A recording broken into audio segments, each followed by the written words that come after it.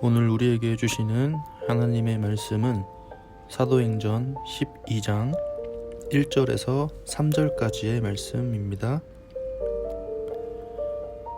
그때 헤롯 왕이 손을 들어 교회 중에서 몇 사람을 해하려 하여 요한의 형제 야고보를 칼로 죽이니 유대인들이 이 일을 기뻐하는 것을 보고 베드로도 잡으려 할세. 때는 무교절 기간이라. 아멘.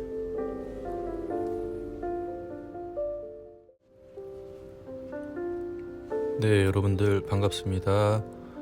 2020년 11월 22일 관악교회 청소년부 설교를 함께 들어보도록 하겠습니다. 요새 계속 이제 인물들을 조금 알아보고 있는데 어떻게 보면 좀 지루할 수도 있고 여러분들이 뭐 그렇게 공감하지 못하는 내용들이 많을 수도 있어요. 하지만 이 성경에 나온 인물들을 통해서 우리가 다시 한번 이 성경에 대해서 깨닫기를 바라고, 조금 어렵고 힘들어도 한 번씩 들어보면 또 나중에 더 이러한 인물들을 알게 될 때 큰 도움이 될 것이라고 믿습니다. 그래서 오늘 이야기할 사람은 바로 야고보라고 하는 사람이에요. 이 야고보라는 사람은 예수님의 동생 야고보가 아니고 예수님의 12제자 중 한 명이었던 세베대의 아들 야고보입니다. 세베대의 아들이라 하면 누가 있죠? 저번 주에 말씀드렸던 사람인데 요한입니다. 요한의 형이 야고보예요. 어부이기도 하고 베드로와는 친구, 동료였습니다. 야고보는 예수님의 부르심이 있을 때 그의 아버지와 일꾼들을 배에 남겨두고 예수님을 따라 나설 만큼 결단력이 있는 그러한 사람이었어요. 그런데 이 성경에서는 야고보에 관련된 그러한 글들을 찾기가 쉽지가 않습니다. 야고보와 예수님의 12제자 중에서도 베드로, 요한과 함께 애제자로 지냈음에도 그 다른 두 제자에 비해서 이 야고보를 설명하는 성경상의 기록은 불과 몇 문장밖에 안 돼요. 이런 야고보의 이야기를 함께 우리가 살펴보려고 합니다. 마가복음 3장 17절 말씀을 보면 야고보의 별명은 우레의 아들이라고 기록되어 있어요. 우레의 아들, 많이 표현을 들어봤죠? 누가 생각나시나요? 요한입니다. 예수님께서는 야고보와 동생인 이 요한에게 둘 다 이런 별명을 붙여준 것으로 봐서 두 형제의 기질이나 이 성격이 거의 같았던 것으로 볼 수 있죠. 야고보 또한 요한처럼 불같은 성격이었단 말입니다. 이들의 성격을 잘 보여주는 사건이 바로 누가복음 9장 51절에서 56절 말씀에 나와요. 예수님의 일행이 길을 가다가 잠시 쉬어가려고 머물 수 있는 곳을 찾던 중에 먼저 사마리아인 그 마을을 살피고자 하였습니다. 그런데 이곳 사람들이 예수님을 마을에 받아들이기를 꺼려하고 거부해요. 그 모습을 보면서 격분합니다. 이 야고보와 요한이. 그 불같은 성격을 유감없이 나타내고 드러내는 게 말씀으로 나와 있는데요. 주여, 우리가 불을 명하여 하늘로 쫓아내려 저희를 멸하라 하기를 원하시나이까? 라고 말을 합니다. 이 말씀을 조금 쉽게 요즘 시대의 말로 바꿔서 말하면 저기 저 사람들을 그냥 확 때려 눕혀버릴까요? 라고 하면서 말하는 어떻게 보면 깡패와 같은 그런 모습으로 말을 했던 것이에요. 여기서 예수님이 이들을 꾸짖었기에 다행이지 말리지 않았다면 큰일이 날 수도 있었을지도 모릅니다. 이러한 사건으로 보여진 불같은 성격 외에도 야고보는 권력 야망이 강하게 잡혀있던 젊은이였고, 그의 모친 어머니도 아들의 출세를 위해서라면 수단과 방법을 가리지 않는 아주 야심이 많은 그러한 어머니였습니다. 마태복음 20장 20절을 함께 볼게요. 절을 하였다라고 나와 있습니다. 요즘 시대에도 그렇지만 절을 한다는 것은 당연히 쉬운 일이 아니죠. 명절에 뭐 친척들이나 할아버지 할머니 뭐 부모님한테 절을 할 때 빼고는 여러분들 절 한 기억이 있습니까? 저는 따로 없었습니다. 이 시대에도 절을 그렇게 쉽게 할 행동은 아니고 무언가 정말 바라는 것이 있었기에 이 야고보의 어머니는 절을 했겠죠. 어머니의 아들이라 그런지 야고보 또한 무언가 되기 위해선 열심을 다한 그러한 야망이 큰 사람이었다고 합니다. 권력욕이 남다른 야고보가 어떻게 예수님의 애제자가 되고 또 초대교회를 이끌어가는 그러한 지도자가 되어갔는지 그 과정을 성경에는 기록하고 있지 않아요. 다만 사도행전 12장 1절 말씀 쪽에 보면 기록에 의하면 우리가 함께 읽었지만 야고보는 AD 44년 헤롯 아그리빠 1세의 정치의 생물로 갑작스레 목숨을 잃고 말아요. 상실감과 의문을 갖게 하는 그러한 말씀의 장면입니다. 예수님은 이 두 형제에게 예수님이 짊어질 고난의 삶을 짊어질 것이라고 미리 말씀을 하셨어요.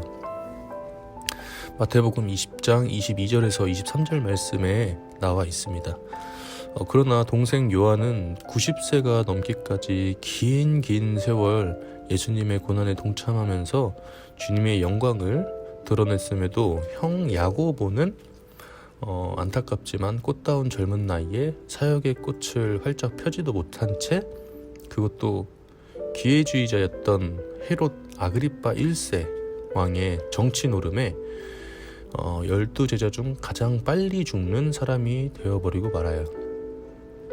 그래서 야고보를 최초의 순교자라고 부르지만 그의 순교는 뭔가 깔끔하고 깨끗하지 못한 그러한 안타까움이 있는 그런 순교였습니다. 유대인들이 야고보의 죽음을 흡족해 하죠. 오늘 말씀을 보면 그래서 헤롯 아그리빠 1세는 베드로도 잡아들여서 유대인들의 비위를 맞출 무엇을 생각하게 됩니다. 하지만 베드로는 감옥까지 찾아온 천사의 그러한 기이한 역사로 헤롯 왕의 그 소나기에서 벗어나게 돼요. 교회가 베드로의 안전을 위해서 간절히 기도했기에 그와 같은 역사가 나타난 것이라면서 이 사건을 통해서 많은 연구가들은 중보기도의 중요성을 이때부터 강조하기도 시작을 했어요. 그렇다면 야고보가 잡혀갔을 때 교회는 그를 위해서 기도하지 못한 것이었을까요? 야고보의 순교 소식을 접한 이후 베드로까지 잡혀가자 교회의 중보기도는 더 간절했을 것입니다. 기도의 강도가 야고보 때와는 다를 수밖에 없었겠지만 야고보가 끌려갔을 때도 교회는 분명히 기도를 쉬지 않고 있었을 것입니다. 중보기도가 없었기에 야고보가 생명을 잃게 된 것은 아니에요. 여러분, 중보기도가 무엇인지 아시나요? 중보기도라는 말이 논란의 요소가 있어서 합심기도라는 표현으로도 많이 쓰이고 있는데, 쉽게 이야기하면 자기가 다른 사람이나 다른 어떠한 것을 위해 기도를 하는 것을 중보기도라고 합니다. 우리가 서로를 위해서, 옆에 친구를 위해서 기도를 한다면 그게 바로 중보기도가 되는 것이에요. 이 기도라고 하는 것은 기독교 믿음 생활의 제일 기본이 되는 것입니다. 우리가 더욱더 기도를 해야 하고 기도에 힘써야 하는 것도 바로 이 이유예요. 얼마나 중요하냐면 예수님께서 우리에게 이렇게 기도하라고 성경에 나와 있는 기도문이 있습니다.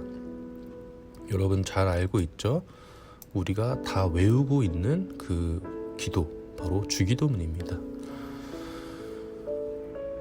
비록 중보기도를 하여서 베드로는 살았지만 야고보는 죽임을 당했어요. 때론 우리의 인생도 살면서 하나님께서는 나한테 왜 이러실까 하는 의문이 들 때도 가끔씩 많이 있을 것입니다. 그럴 때마다 하나님을 의심하고 미워하는 마음이 생기는 것이 아니라 그럴 때일수록 힘이 들수록 더욱 기도하고 그 안에 숨겨진 하나님의 뜻을 찾으려고 우리들은 분명히 노력을 해야 돼요. 모든 것을 다 아시는 하나님께서 우리들에게 시련과 고통과 아픔을 주실 때에는 다 이유가 있는 것입니다. 여러분, 요새 많이 힘들잖아요. 그런데 여러분만 힘든 게 아닙니다. 모든 사람들이 다 힘들고 모든 사람들이 다 지쳐 있어요. 다시 또 격상이 되고 있고 숫자가 계속 늘어나고 있습니다. 정말 안타깝기도 하고 하나님께서 왜 이러나 한탄스럽기도 한데 분명히 그 안에서 하나님의 뜻이 있다라고 믿고 있고 저 또한도 열심히 기도하고 있습니다.